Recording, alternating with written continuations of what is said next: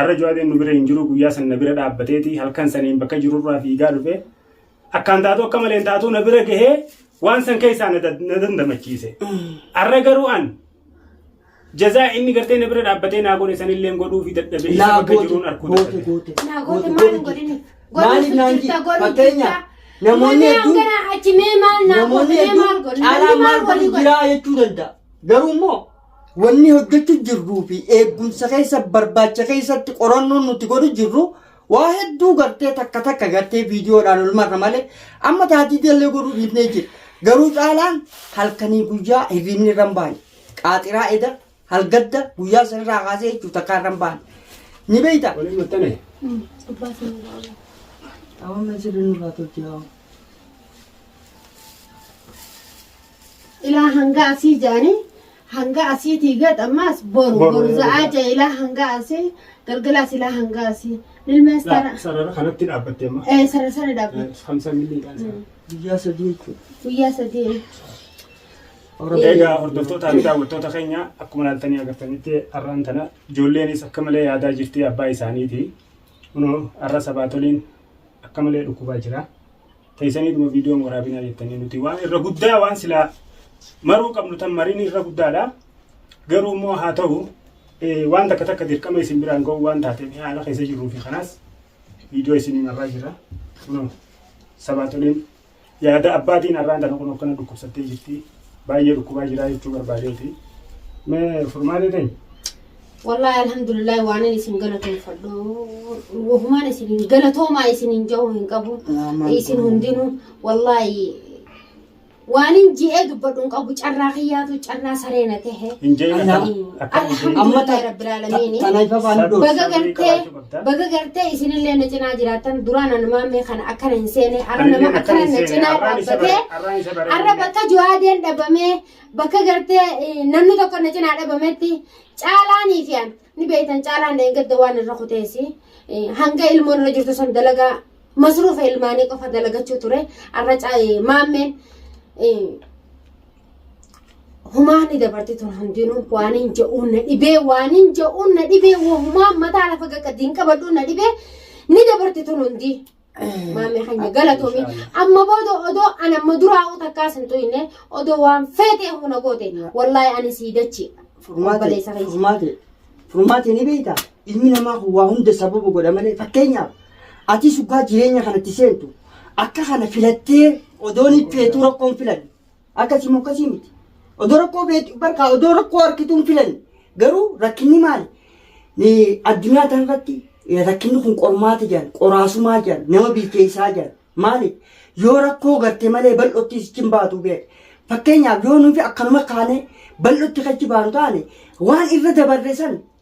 wanni irraa barnoota fudhannu waan hin jirreef namni biraan rakkataas jennee ijaaru hedduun namaa maal rakkoo haasawaa ooltan jettan maaliif gartee rakkattee yoo arkitee akka rakkoon taate keessa dabarte anis gartee kaleessa san keessaan dabre jettee namaa galtii beek hundaafuu warreen gartee rakkinni keenya isinii dhagahame du'aa'iidhaan nu cinaa dhaabbattan yaadaan nu jajjabeessanii nu cinaa dhaabbattan hedduu takka galatooma namoonni immoo maali ummanni kun ummanni cinqin jettanillee isinillee galatooma maali yoo rakkoolleen arkin rabbiilleen isin hin garsiisin harakkattanii gartee keessa dabartan ammoo rabbiin gartee baga gartee rakkina san keessaa isin fure arra immoo rabbiin gartee obboleettii keenyaas obboleessa keenyaa rabbi haafu mucaa xiqqoon tun mucaa daa'ima gaanii gartanii ciisi jirti arra yaada abbaatii fi ta'aba kaleetii fi ammas akkasumatti haalli qilleensi jijjiiramuu baadiyyaa irraa hoggaa magaalaa dhufu waan adda addaati jira intihaabaata adda addaati jira kana hundaanuu jechuun mucaan tun dhibamtee hayyeemee intalti dubartiin takka ilmoosii tan ta'initti warreen ilmaan jechaa ooltan ilmoosii tan ta'initti dabbaa gaazaa gabbaatee gurgurtee waan dheechuun dhabde dabbaa gaazaa gurgurtee jechuudha geessite hayyee haati arra gartee ilmoo tana iyyattee dhalte maan dhufin maa dabbaatti hin gurguru garuu immoo galata namaa jedhan hagalchu rabbi qofa malee namaa miti siin jedhan kanaafuu namoonni gartee galata obboleettii teenya furmaatee wallaaltanii isiin tun cinqii jechaa ooltanii guyyaa tokko galgalli kun jedhan laa galgalli jedhan yoo akkam dheerates bariin hin oolu jedhan guyyaanis yoo akkam dheerate makriinii numa dhufu rakkoonis hangam feetee dharatu keessaa bahuun hin oolu. Kun ammoo ikhtibaara qormaata qoraasumaas bakka tana maal jabeenya namaati. Arraan wanni hedduu isii galatoonfadhu silaa ana taatee anis bakka sii tana kaa'e ilmaaniif jinniif maa xiqqashoo tana gartee obsa hanga sii tan kan qabu jechuu barbaadeeti dhuguma rabbiitti. Yaa maamii keenya waan biraallee waan hin jiru waan qabu hanga ammaan dura hangaan si qomadhee fi gartee si qeeqaa tures nama badaan si seeyaa ture nama tokko itti dhiyaattu malee rakkoon sirra geessee rakkoo san keessatti agartu malee nama kana madaaluu fi beekuu sin dandeessu. Wallahi siin jee hanga ammaan dura gartee siis shakkaatiin siis qeeqaatiin siis qomachaatiin ture har'a garuu dhiifama naa godhe yaabbu. Arrumaan si baree waan ati gattaa wallah. Arrumaan si baree maaliif jenna dhiifama naa godhe. Rakkoon qabu. Maaliif yoo keettu taate Bannaan jechuu haqa qabda akkamitti haqa qabda namni qabrii hiriyaa harka tafeetiis harka janii arraan tana dhimmee saahiba kiyyaa kun yookaan obboleessa kiyyaa kun akkanatti dhimmamsiisee hangan takka ta'uu taatee harkamuu kee kanaaf waan hin ammaan dura sababaa keetitti maqaa si dha'ee dubbadhe hundaaf hin sheenuu jira yoo dhugaa san taate. La takutte gundoodhaa yan beektaa takutte galaanni haa fuudhu. Barummatuma isaa Guyyaa dhugaa rabbi ni beektaa. nama shakkisiisa. Guyyaa ati akkas taate sani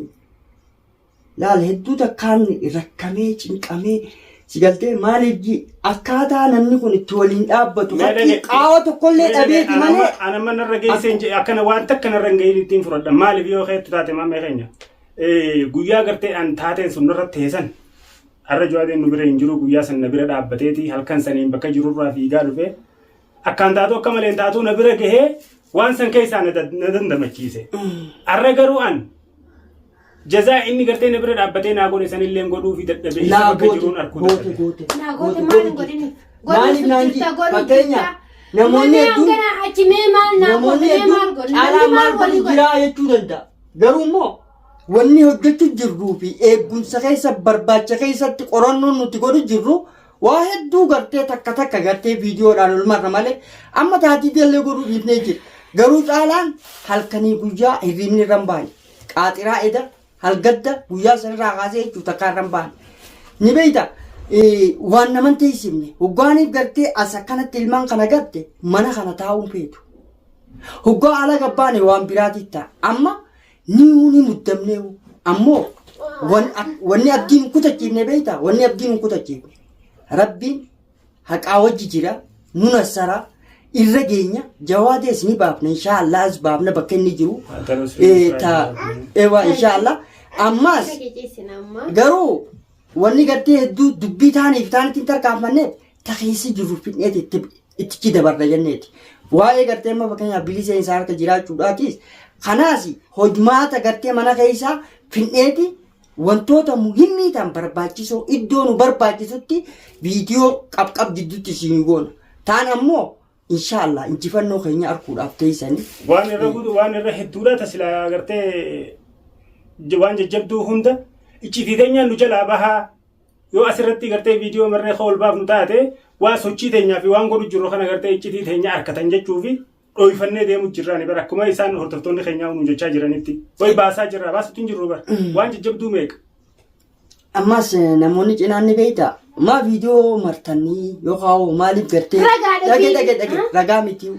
viidiyoo amma fakkeenyaaf viidiyoo dhiisaadha maaliif jennaan isinillee wanni yaadda mush nuti viidiyoo irraa nu dhorkuu odoon ta'in mul'ata keenya eegumsa keenyaaf jecha namoonni hedduu rakkame viidiyoo tana bakka isin jirtanii fi kana isin beekan jechuurraa gariin namaa ammoo arra maalirra jiranii namoonni halaala irra jiran ka bilbilaa wal qunnamuu hin dandeenye ka intarneeta onlaayinii irra wal qunnamuu hin dandeenye maalirra jiranii jaaniiti hedduu ijaafannoo godhaa jiran suniifi ol baanee gartee daawwattoota keenya kanaas ol baanee akka isaan qalbiin hin dhaabbanne ol baanee waan takka ibsinaaf suni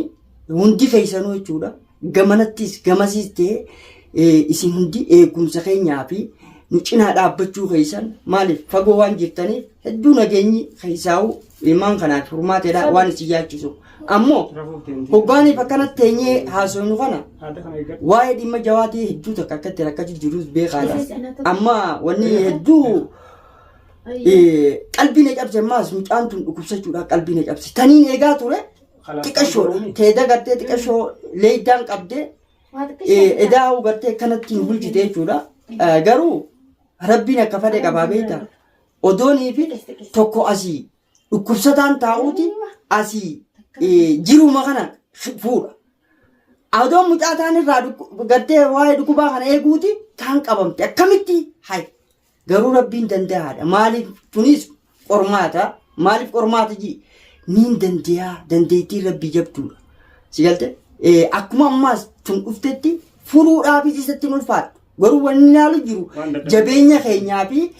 ejjennoo keenya asirratti ammaas sabbarree rabbii keenyatti hirkachuu fi rabbii keenyatti uffannuudhaan ilaalu jira nuti immoo yeroo maraa'u rabbii keenyatti hirkanna rabbii keenya gargaarsifanna rabbii keenya kadhanna isinilleen warri akkasitti du'aa nu godhu jirtan hedduu takka galatoomaa yeroo takka gogaan fursaa harkatti ni ilaala koomentiilee teessan hunda gatte wallaahi hedduu takka galatoomaadha ammoo akkuma gartee wal jaalan isin jaalan nu jaalattan kanatti rabbi isin haa jaalatu bakka jirtanii gartee hedduu takka nu boonsitan nu cinaa dhaabbattan ammaas gammachuun teenya akka biiftuun ganamaa silaa'uu ni baatii beeku akkasittiin itti harka akka gammannus akka tana keessaa baanus ammoo obboleettiin xiyya qaaliin furmaatiin yaadota hedduu gaarra wal ga'e akka isin abdiin kun akka isin gartee kana keessaa baatu